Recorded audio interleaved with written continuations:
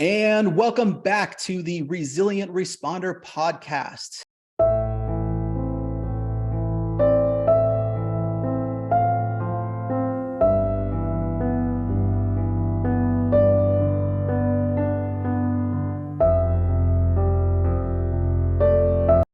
Good morning, everybody.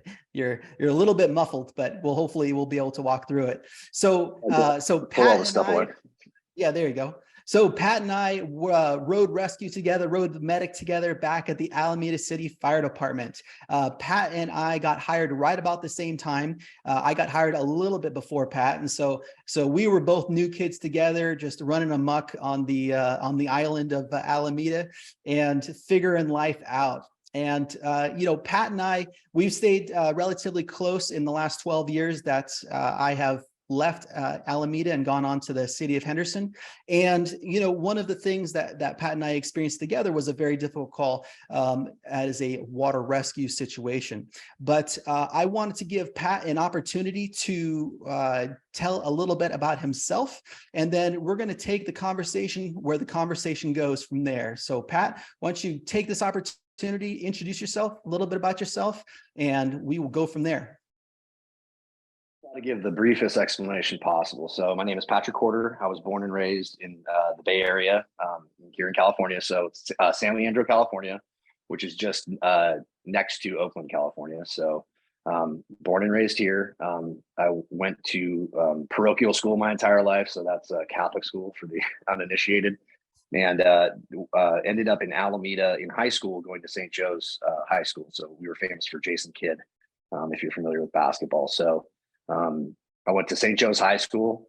That was my original connection to Alameda. And obviously I had friends and family that lived there. And then I ended up going to school at UC Irvine, studying psychology. I graduated with a BA in psychology and social sciences. And then while I was down there, I had started the EMT work, or working towards the EMT, because I had friends that were doing it. And it seemed like a good gig to, work at night or make money or something like that, and just keep me out of an office job. I'd worked as a merchant teller at a bank for a few years in college. And then when I moved back up, I had every intention of becoming a firefighter. So everything that I did once I moved back up to the Bay Area in 2003 was just get on with the fire department. So I worked a BLS job here in the Bay Area. Ended up working for a Children's Oakland Hospital as a ward clerk. I wanted to be a tech, but they didn't have tech jobs, but they had a ward clerk opening. And then I eventually got hired on as a paramedic at the Alameda Fire Department on January. Our official start date was January 14th, 2008 for my class. So like you said, shortly after your class, you were already in. You guys were still on probation. I say you guys because there were like two of you guys that were still probies.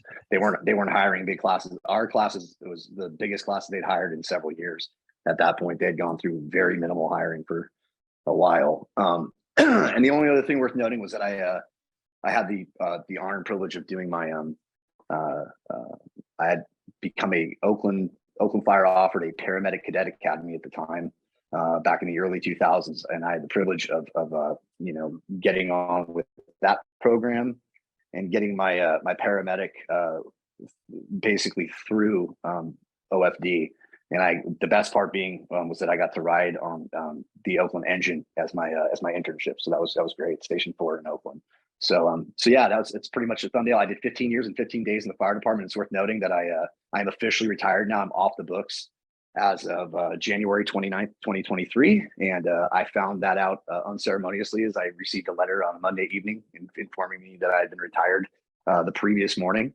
So that was good to figure out. And yeah, I got retired out on a PTSD claim. So, and that whole process began a little over a year ago. So I'm sure we'll get into that later, but that's about as thumbnails it gets. Oh, within the department, and you can attest to this. I just was very much just the raise your hand person, like I'll do it, so just always was trying to be involved that way. I didn't, that's not worth getting into right now, but just in terms of like, I just found my niche was in terms of just like the work that I put in, and especially with the union. I got on the executive board very quickly out of probation. So I served on the executive board continuously for over 13 years, mostly as a trustee. Then I became president in November of 2018. And then I was president for a little over a year. Went into what was supposed to be the role of recording secretary, which I always joked because I knew the difference between there, and there. And then and ended as recording secretary. So I actually just finished my term while I was off dealing with my workers' comp claim. The only connection I had to the fire department was still doing just some of the auxiliary duties of the recording secretary. So that was the one thing I was able to finish on my own terms in terms of going out at the time I was supposed to. So that's about as much as I can give it. We'll get into it, I'm sure, but that's about where I'm at. And now I'm just trying to lean into being a 42-year-old retired guy for the time being. Yes. Yes. So you did 15 years and 15 days in the fire service. What was your favorite part of being a fireman? The people. And when I say the people, I mean, obviously the people at work, but then just the people whose lives that you're able to make better, like on the, whether it's on those individual calls. Oh, I also didn't mention too, I was a community paramedic for a long time. That also added a lot to my injury, which we'll get into. But so yeah, I really had a lot of connection with people in that capacity. So definitely the people, definitely just like everything that wasn't running the calls, to be honest. I didn't mind the calls at all, but like the calls were just like bumps in the road for me getting to chat with people. Nice. And so for those that aren't aware out there, would you mind just taking just a brief moment and say, just kind of give a description of what the Alameda City Fire Department's community paramedic program was or is? I've described this a lot of times, but it kind of never gets easier. The basic way to describe it was the state at that time was looking at ways in which we could more efficiently deliver EMS services. So what they did was it was a statewide initiative. I think they had 13 separate agencies at 11 different locations. So they had a couple agencies at combined locations that were working on different domains. And all these domains were looking at basically reducing wall times, reducing wait times, reducing the need for paramedics to basically be basic transport to hospitals and just sit on walls and wait. And it was supposed to be a 2-year pilot program, which it did successfully. And then it just kept going on and on. We just kept, because it was successful. The joke was victims of our own success. It was like, it just kept going on and on in perpetuity, because at the time we understood that this was kind of like the next, not iteration, but the next thing that the fire department was probably going to be providing in terms of service. And it was better to be at the tip of the spear than behind the 8 ball. So we got into it early. I was one of we had originally 6 people in the program. One of those members actually went to a different department, so we ended up with 5. And then once I went in, it was supposed to be, we were going to, for the 2 years, we we're going to do 6-month shuffle outs of people, in and out of the office. Rotations. When I went in, rotations, right? When I went in November of, it was then 2015, that was the last time I stayed in the office after that. And that was for a variety of reasons. But ultimately, it fell into the same standard line that I always told myself was I'm helping somebody else out. I'm keeping somebody else that's got kids from being in the office or something like that. I always found a reason to jump on the sword, That whole that raise your hand concept. Oh, I like to say, by the way, STP, same 10 people. Yes, exactly. So you've mentioned that you've been recently retired out for a PTSD claim. And I want to just kind of start as generally as possible. What would you say the first warning sign was that something had changed, or that your coping and management abilities had started to be challenged? If I'm being completely honest about it, like the first thing that really changed was I started having panic attacks while driving on the freeway. And that was several years ago. I still haven't driven on a freeway in a long time. And when I say driven on a freeway, I don't mean hopping on a ramp and hopping right off the next ramp. I can do that, but driving for sustained periods of time on the freeway. So I still haven't really challenged myself with that.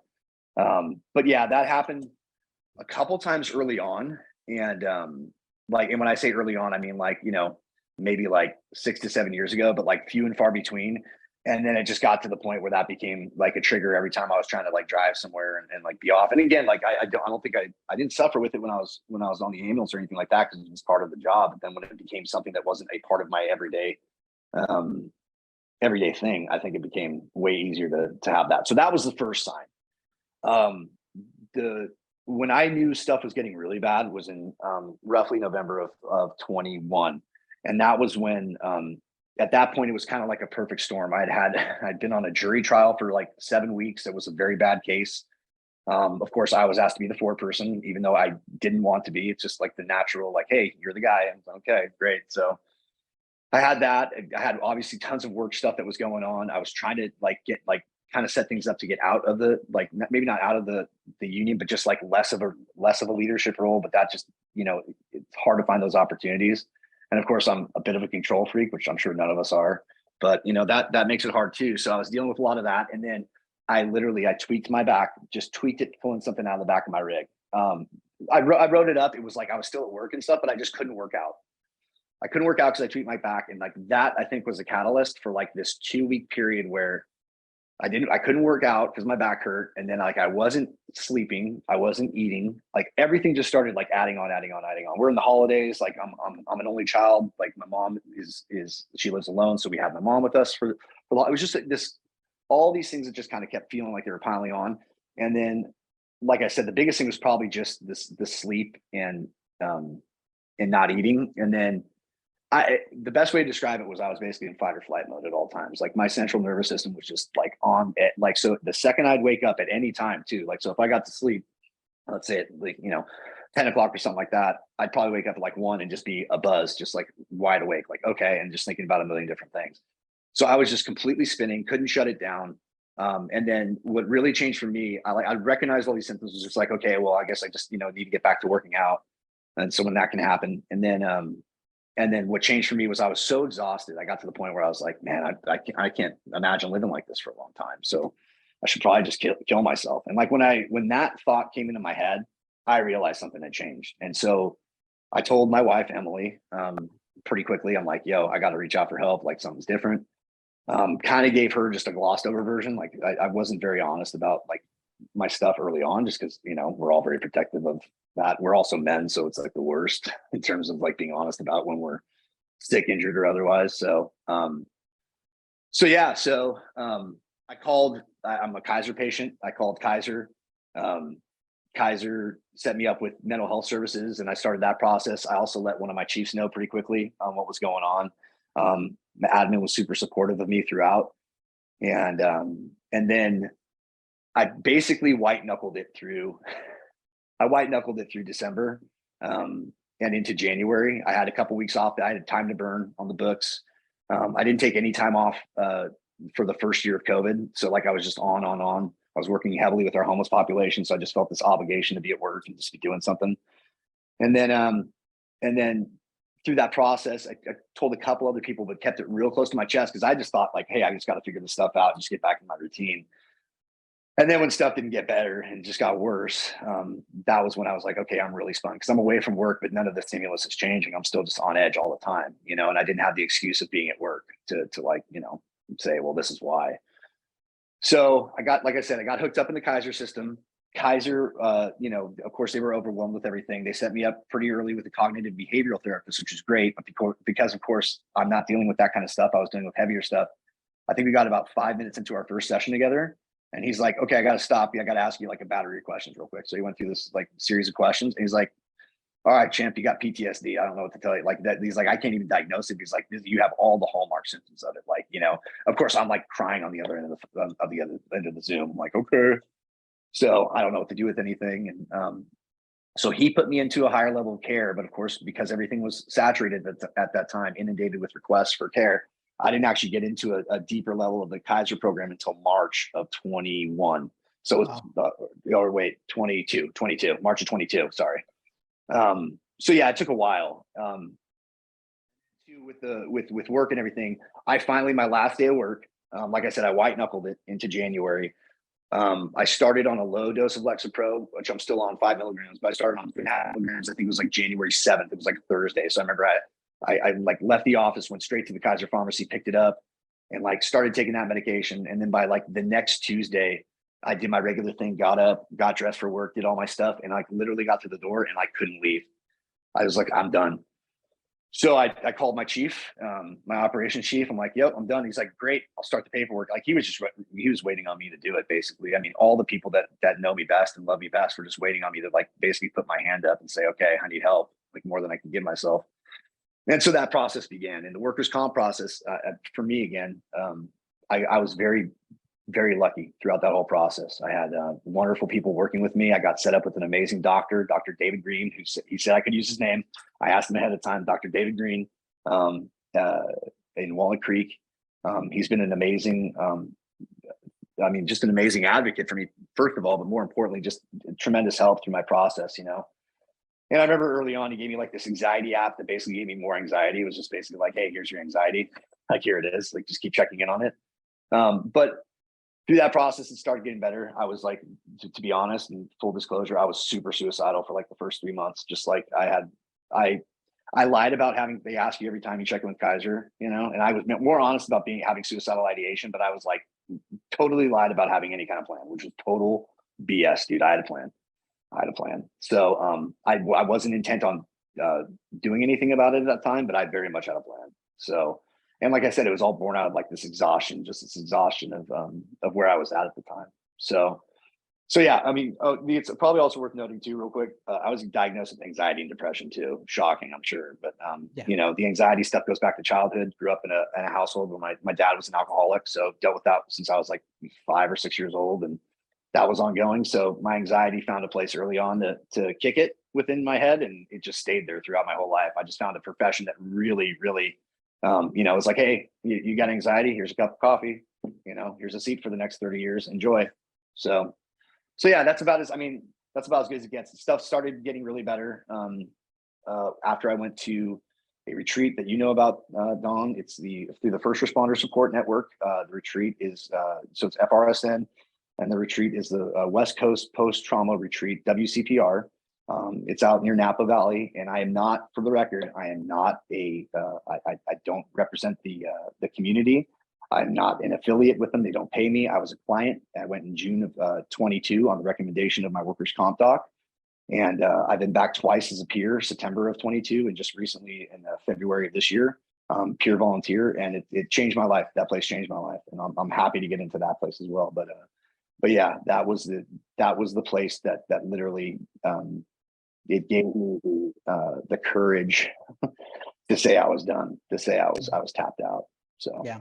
It's amazing yeah. that your clinician actually recommended such a specific resource for first responders, because you hear, just like your experience with your clinician in those first 5 minutes, you recognize that, hey, this might not be the right guy for me, not that culturally competence, that awareness of all of those things that we deal with specifically as first responders and just men. And to have a clinician to put you in that direction sounds like it was a major change for your life. It helped tremendously. And two, for the record, I was very against it early on. I was like, you know, retreat sounds like rehab. My dad was in rehab. I'm not a drunk. Oh, for the record too, I should probably also mention I don't struggle with alcohol. And we'll get into that in a second, but I did stop drinking officially in December of 21. December 11th, 21 was the last time I had a drink. And that was because at the time, I'm like, first of all, I can tell you the day I drank because I had to go do obligation drinking. So I was like going to a party. So I was at a work party. So I'm like, I got to look like I'm like, you know, everything's okay. Yeah. So, you know, drinking the work party, but that was it. But you know, like I said, I didn't struggle with alcohol. Alcohol, I wasn't using as a coping mechanism, but it was a depressant, and I was massively depressed and suicidal. So I'm like, well, this is one thing that I can control in this equation of everything that feels out of control right now. So that helped tremendously as well, because obviously, you know, it does help your brain. It gives your brain a rest when you're not drinking any kind of alcohol. And the way I drank too, again, like I said, I don't struggle with alcohol, but the way I drank was typically binge drinking. I mean, like anytime that you would talk about it, like in terms of like going to a doctor's office, well, how many drinks per week, right? It's like, well, you know, not that many, like, you know, 10, okay, throughout the week or something like that. No, it's like, no, that's Saturday, Sunday, you know, and like, right. I'm being conservative on that too. You know, I weigh 200 and something pounds. So it's like, it does take a bit to get a little bit, you know, tipsy. But the sad part for me is, again, reevaluating how I thought of alcohol and stuff like that. Because my dad struggled with it, I didn't want to struggle with it. So I get that. That was good. But I always was like, well, I don't drink to have a drink. I drink to get drunk. right? Right. So it's like I could never like enjoy a drink. It was like, oh, I'm drinking with a purpose of getting. So if I'm drinking to get intoxicated. So that's not a healthy relationship, whether or not you want to believe it or not. You know, like I said, I didn't struggle with it, but it's not a healthy relationship. So I still haven't had a drink. I've been off booze for, you know, like 14 months now, going on. And I still feel good. I haven't found reasons to drink yet. Like that's the whole thing. I've found more reasons not to drink. Like my recovery is my recovery. So it's like, hey man, like I'll just keep it up. So, and it's way easier on the bills too when we go out. So I can just Yeah. eat more food. I can just You're eat more almost food. looking at it like a tool than a something that you would actually enjoy. But the first thing that I want to point out that I think so many people are going to resonate with is that, we do have those events where there's that one thing that happens. You run that one call, you have that one experience, you have that one thing, but far, far, far more common is that cumulative effect. You talked about you being under the stress of the jury trial, the back injury, impacting your ability to work out, which for so many first responders is their outlet. Getting a good sweat on, pushing yourself, having that routine in your day where you are getting into the gym and working out. And then we talk about that eating and sleeping. And so many people will say, oh, well, I'm a firefighter, I'm a paramedic, I'm a police officer. It's just normal that I don't sleep. And it's very easy to say that. And it's a lot harder to recognize when your sleep patterns are being compromised due to the thoughts, the feelings, those emotions that we're having that are preventing you from getting a good night's sleep. How is your sleep doing right now? Way better. So when I came back from the retreat, one of the first things that my wife noted was that I slept differently. She's like, "Oh, you don't snore the same way." And I was like, "Well, define." She's like, "Well, you snore." It's like you still snore, but like it's more of like a purr. Like you don't like bah, like the old, like dormitory ripper status. Yeah, the chainsaw. You go sleep next to the other guy that snores, kind of thing. So yeah, and then what I realized too was, and again, this is like processing trauma through your body, and the body keeps the score type stuff. But the other thing I realized too was my back and my neck and my shoulders and everything felt way better in the mornings. I'd always had like sore back and shoulders, and what I realized is I was like fighting in my sleep. I was tensing up. I was like fighting. I'd clench my jaw, all that stuff, and like so I'd wake up sore no matter what I did.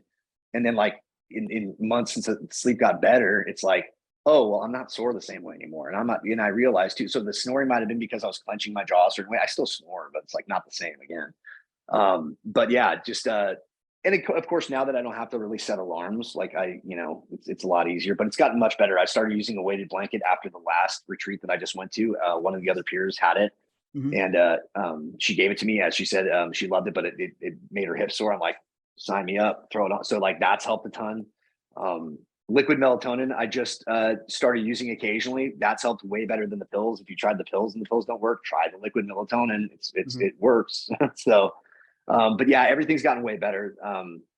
And just in terms of being the biggest thing for me, Don, is being able to go back to sleep. So when I do wake up, because I'm 42, so I get up to go to the bathroom, a couple times during the night and stuff like that. The difference is when I come back to the bed, I go back to sleep, which is huge. Nice.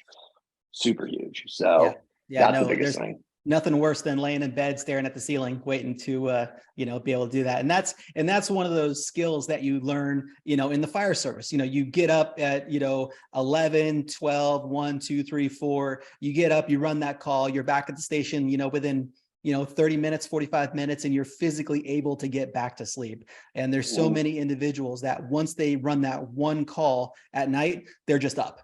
And that's it. Whether it's at 1:30 at night or at 4:30 at night, there's just no hope of getting back to sleep.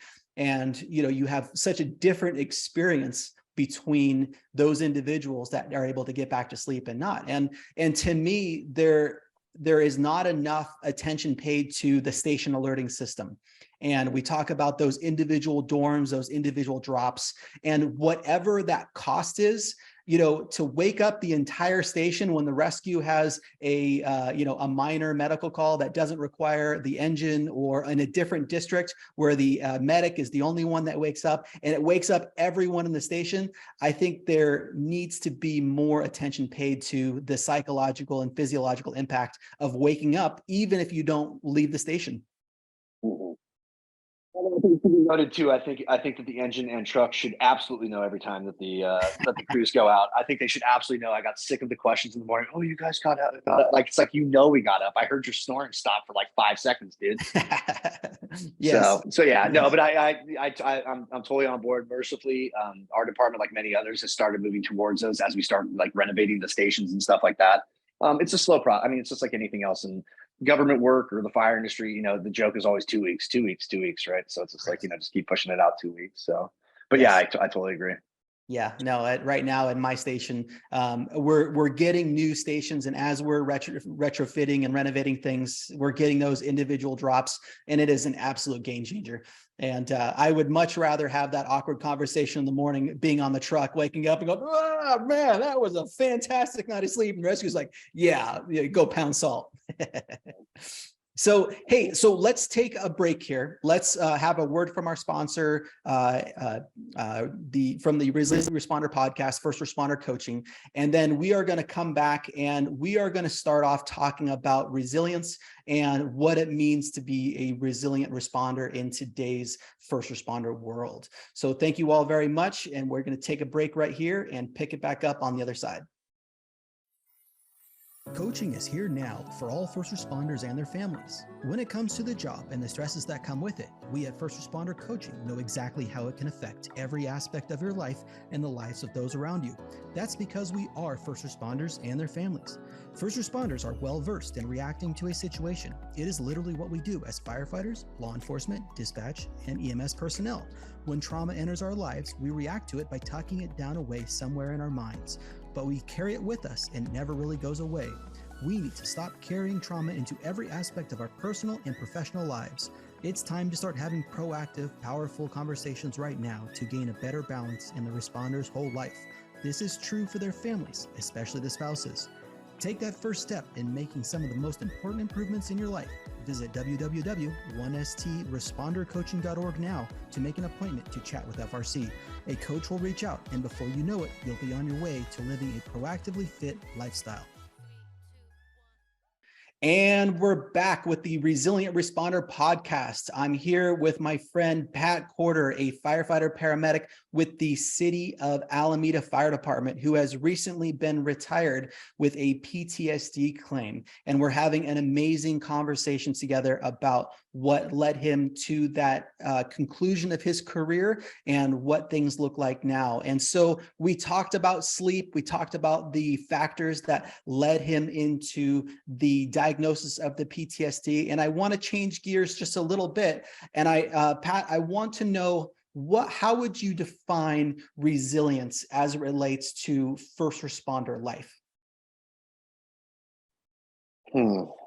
It's an interesting question, to be honest. At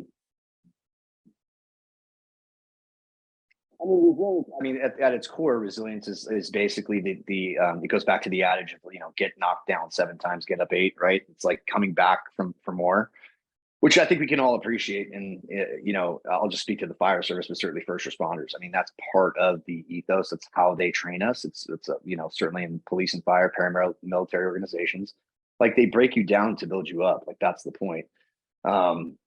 So resilience in that capacity, but I think resilience in the way that that we're talking now, and resilience in terms of like emotional resilience and resilience to be able to, I think for me, what it comes down to is a couple things. One is the term grace, which came up a lot for me, so that's, effectively for me, what grace is starting with being kind to myself, which many of us struggle with. I know I was a horrible self-critic and continue to be to this day. But I'm getting better at it. So starting by giving myself grace, being kinder to myself, I jokingly, but not jokingly, like will tell the story of like, I'm the kind of person that will literally I'll be taking a shower and beat myself up for an IV I missed on a routine medical call. Like when I say routine, like the person really didn't need an IV, but I was trying to be nice for the nurses. Routine medical call like 11 years ago or 12 years, like literally, and I know the house, I know the people, like, of course, and that's the other thing too. Like, that's the one tough thing about I live in Alameda still. My wife and I live in Alameda. She was born and raised in Alameda. I went to school here. I worked here. I was a public figure here. People know me. The running joke with my wife and friends is like the mayor of Alameda when we go out, because it's like you can't go out and not see somebody. But yeah, it's just so there's that part of it. And just like the, again, going back to the self-critic, just being nicer to yourself.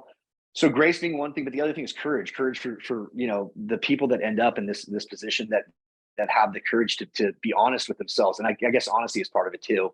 Honest with yourself to know that you're over your skis, that you can't handle what you used to be able to manage, or like what you thought you managed well. That's the other thing too. What you thought you managed well, you didn't manage well. You really didn't. The people around you that love you best know that you didn't manage it well. They were just nerfing the world for you. So there's that aspect. But yeah, so I just think it's, for me, resilience goes back to, I jokingly used to say two things. One, there was this meme that was like this hard to swallow pills. So it's like, hard to swallow pills. It's a meme, two pictures, hard to swallow pills, and the pills that were out. I made one that said being a firefighter doesn't make you a good person, because it doesn't. It's a job. It's an occupation. It doesn't make you good. I know plenty of bad people that have been in this occupation. Sad to say. I know great people too. Don't get me wrong, but we all know them. We all know them. And for whatever reason, however they end up being those bad people is like that, their journey. But, I empathize with it differently these days. But again, the resilience goes back to the last courageous thing I did for this job, I think, was admit that I had the one before that, the most courageous thing I did before that was swear the oath, because I knew what I was getting into. Wide-eyed, wide open. They didn't recruit me. Nobody came to my house and said, "Would you like to be a firefighter?" The city called me to fire. No, I said I want to do it. Mm-hmm. So that was the last courageous thing I did. And I know most of us struggle with the thank you for your service. Well, some people don't. The thank you for your service stuff. It makes you cringe, right? Like, like I'm doing my job, right? Like, go give it to somebody that wants it, But yeah, I think that all comes back to that. It's just that the ability to, again, get up and come back. But really, it goes back to honesty and the courage to admit that you got a problem. So that's what it means to me. I don't know what it means to anybody else. Right. No, I like that. Grace, courage, and honesty.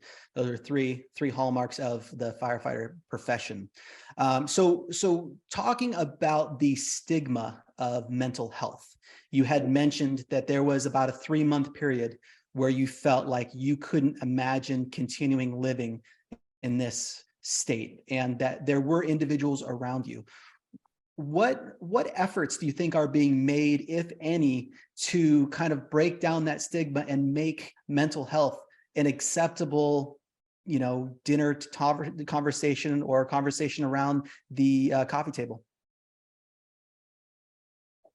I think it's getting there for sure. I remember after I started my process, talking to one of my close friends who happened to be the chief that I, disclosed to and started the process with.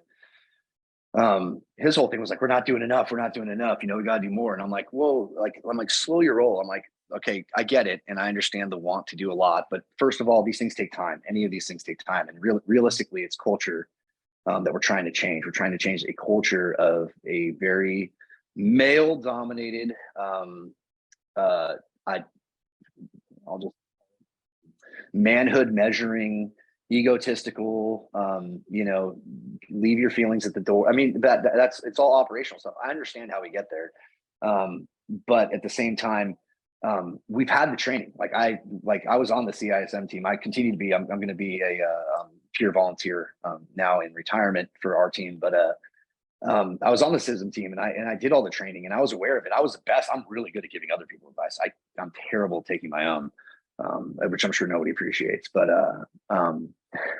what I told my chief, I was like, yo, my training kicked in just like anything else. I want you guys to realize my training kicked in when my thoughts changed. I was like, yo, that's not right. I'm thinking about killing myself earnestly, something's wrong. So I was like, I want you guys to recognize that my training kicked in, and I might just be I'm 42 years old. I'm retired out on PTSD. To me, I'm kind of the tip of the iceberg, the way I see it. I'm going to be the beginning of what, unfortunately, is probably going to be a lot more people being honest about what they're suffering with and raising their hands and hopefully going through a recovery process that has been as successful as mine has been. But how can we do more? It's just talking about it. It's getting it out there. It's making it accessible. I've had members tell me from my department that my injury has made, and my discussing my injury has made it more of a palatable or more discussable issue now at the stations. I mean, if it was up to me, I'd go in and do debriefings with them every morning, if it was me, but I can't do that. I mean, that's not realistic either. But my thought is that in stigma is being removed. It's in the process of being removed, because there's people like me that, people would have never suspected, had all this stuff going on. And then it's like, oh yeah, it's been going on my entire life. And they're like, oh wow, okay. So it puts a face to it, for a lot of people. So so yeah, that's I think we're in the process of removing the stigma. We really are. No one like beat me up for at least not to my face. No one beat me up for my injury. So Yes. you know, Well, I'm sure the but Brazilian jiu-jitsu might have something to do with that. remember, the belt only covers 2 inches on the back of my ass. I got to cover the rest. So Right, right. So continuing that line of thinking, so you were struggling with this, and you mentioned several times that those around you that knew you best knew that something just wasn't right. If there's someone out there that has someone that they recognize that exact same thing, that this person has changed, that they're different, what advice do you have for those individuals out there that may have someone on their crew or a loved one, and something has changed that they may not be able to quite put their finger on it, but what do you think would have worked, or what would be the best approach, in your opinion, to those individuals? I think most of us avoid having the hard conversations because we don't want to make it awkward. But I think that's like, honestly, like those are the types of questions that we need to ask each other, especially when you think someone's suffering, especially when you think they might be suicidal, especially when you think that they're really struggling. Is like, you have to just put yourself out there. Like, I think most of us, especially men, struggle with like, I'm not going to say the right thing, or I'm going to screw something up, or I can't fix this, right? That's another big thing. I want to fix it, fix it. It's like, sometimes you just need to listen. Like, people just want to talk. They don't want you to fix anything. Like, I mean, most married men probably understand this, like, or most men that have been in a relationship, like, you have your spouse or your partner that comes to you with a problem, and you're just like, well, how can I fix it? They're like, that's not what this discussion is about. This is about me just unloading my problems. You don't need to fix anything. So yeah, just having the uncomfortable conversations. But like, one of my best friends at the department, um, at one point, when, because he was checking on me frequently, and he just straight up asked me, he's like, look, dude, I don't know anything about this stuff. He's like, but I know that you have guns at your house. Do I need to come get your guns? Like, just straight up, do I need to come get your guns? Is it that bad? And I was like, well, okay, I appreciate you asking. No, you don't. But yeah, I mean, that was, and I know that was, and he told me that. He's like, it was really hard for me to ask. That probably one of the hardest things I had to ask. But he's like, I wanted to make sure that I asked. And it's like, I think that's what the most important thing is don't be afraid to start the conversation. Don't be afraid to ask the hard question, because you're going to kick yourself more over the questions that you didn't ask if someone actually ends up doing the bad thing, right? Or like hurting themselves or hurting somebody else. It's just very hard to approach those subjects. How anybody does it, it's really up to them. It's an individual thing. It's kind of based off of the situation that presents itself. But at the same time, you got to find a way to just kind of open that floodgate and get it out there.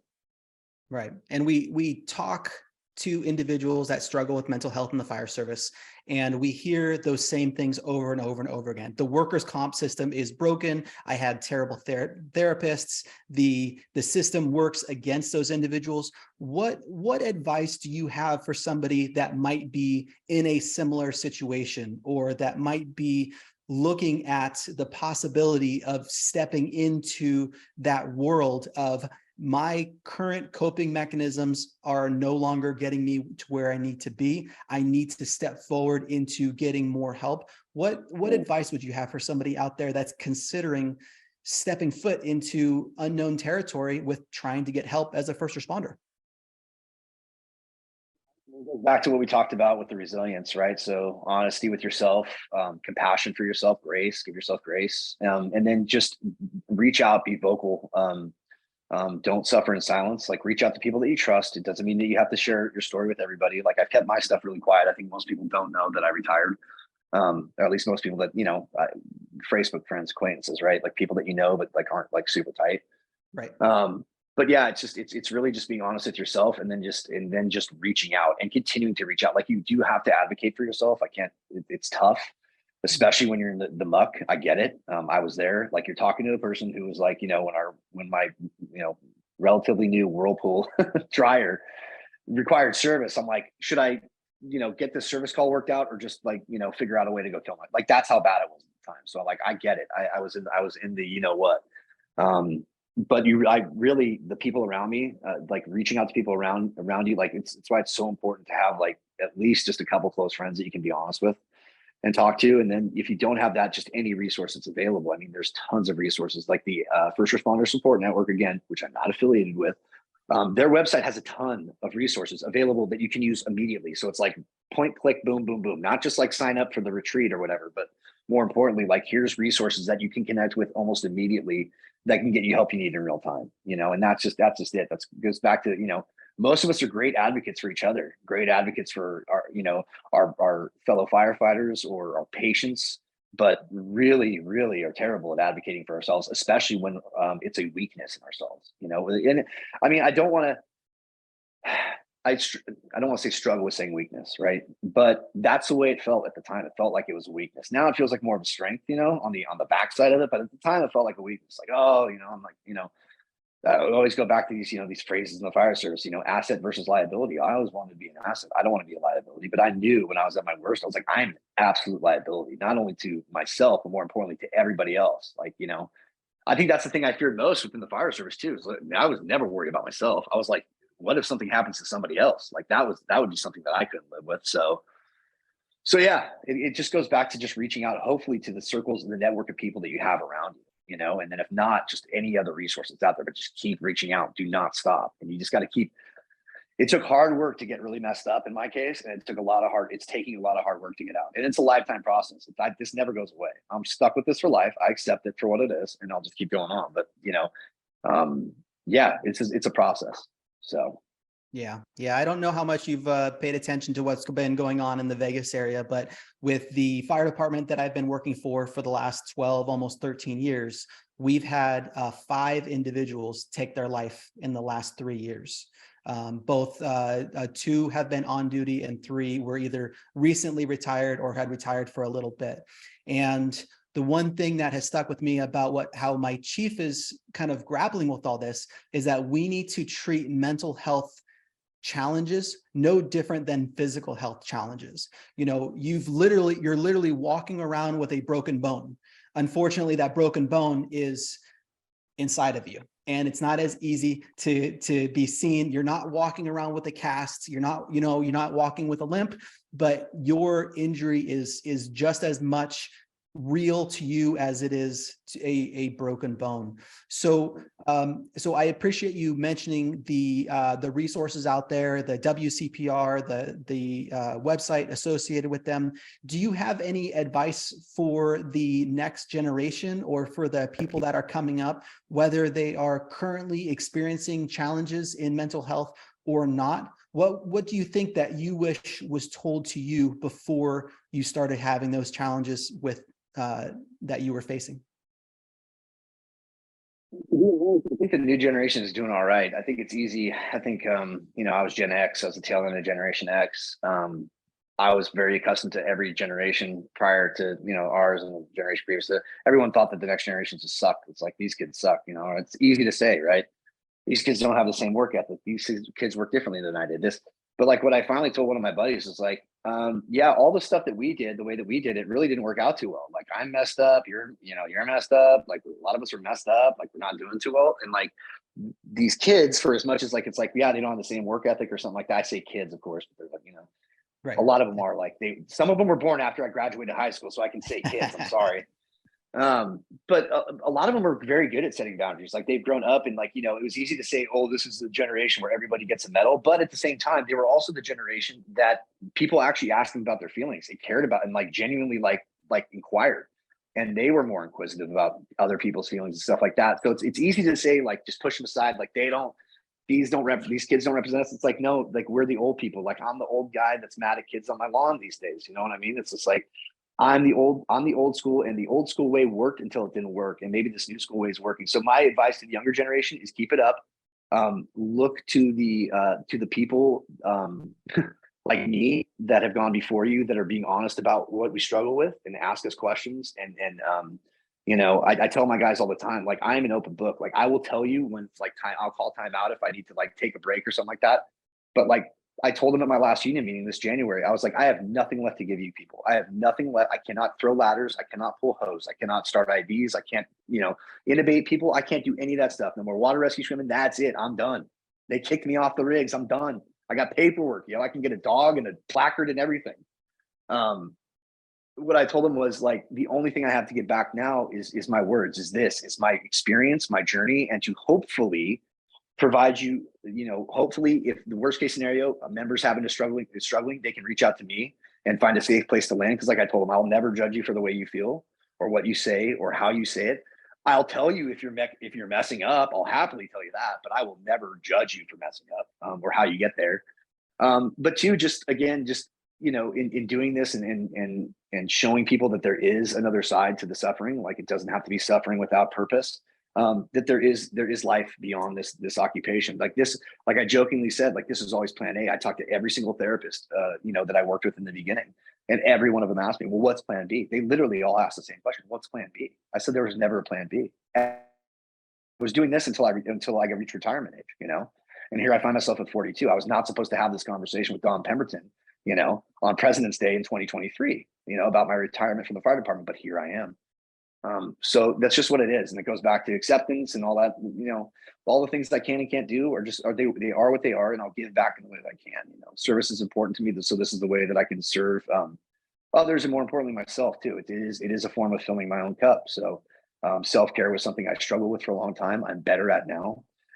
So yeah, that's what I'm able to do these days.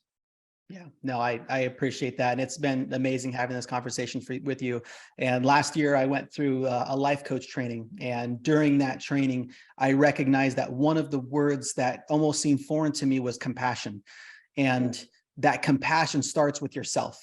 Having compassion for yourself, knowing that you might not have things figured out, knowing that you might need help, knowing that there are things beyond your control that still concern you, but we have so much influence on those things within your control, and being able to positively impact those. And so that compassion can go a long ways. And dovetailing in that grace, courage, honesty, and just not judging. And those are all really, really important things, whether you're in emergency services or not. So Pat, it's been an amazing time chatting with you. It's been great catching up with you. It's great hearing the other side of the story. That's hard to, it's hard to have this conversation on a text, but asking those difficult questions and asking those things that are going to get beyond that surface level. Because every time we pass somebody, say, hey, how's it going? Like, I'm good.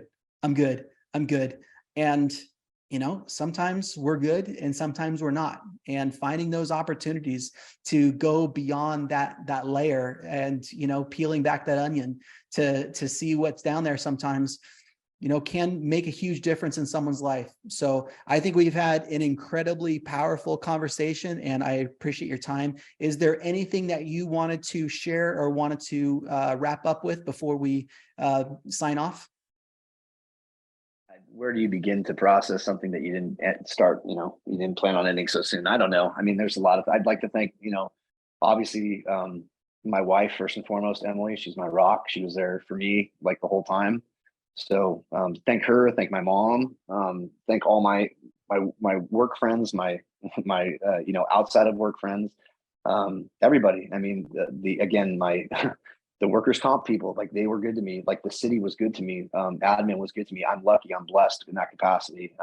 My doctor, Dr. Green, again, First Responder Support Network, WCPR, all those people. I mean, they literally changed the course of my life. So yeah, I experience gratitude every day on a daily basis, and I'm present too. I will say this. I'll say this is the last parting advice, because it really spoke to me. When I was going through all my stuff, I suffered with anxiety and depression, which I don't think that most people are, unfamiliar with in this occupation. But someone pointed out, anxiety is when you can't stop worrying about the future. Depression is when you can't stop thinking about the past, and like the present is now. So what I work on these days is being present. I don't focus on the past as much as I used to, and I certainly don't worry about the future as much as I used to. So it's helped tremendously. Meditation helps too. Look into meditation, even if you're bad at it. I meditate every morning. I'm not great at it, but I do it every morning. It's a good thing for my central nervous system. It helps let my system know, hey, I don't need to go on a call. Everything's good. And then exercise and nutrition and sleep. I mean, it's all the stupid stuff that we know, but it's stuff that we don't really work at. So yeah, that's about it, man. Thank you for having me on. It's great seeing you. Yes, it's great of course, seeing you. man. Yeah, no, man, I love you. I am proud of everything that you've done. I'm grateful for the where you find yourself in this next stage. And, I'm excited for you. I think that you've got some awesome things ahead of you. And I think if you can just, find your new niche and that plan B, then I think that what you've gone through, what you've achieved so far is just the beginning. So keep up the good work, keep that positive attitude, and I look forward to seeing what you're going to accomplish next. Thanks so much, man. I appreciate it. Love you too. Yeah, you bet, man. Well, thank you all so much for sitting in on a conversation with Pat and I. I am grateful for all of you out there that are listening, for those that are finding value in what we're bringing forth with the Resilient Responder podcast. Thank you to our sponsor, First Responder Coaching, and we look forward to seeing you again in our next episode. Be safe out there, guys.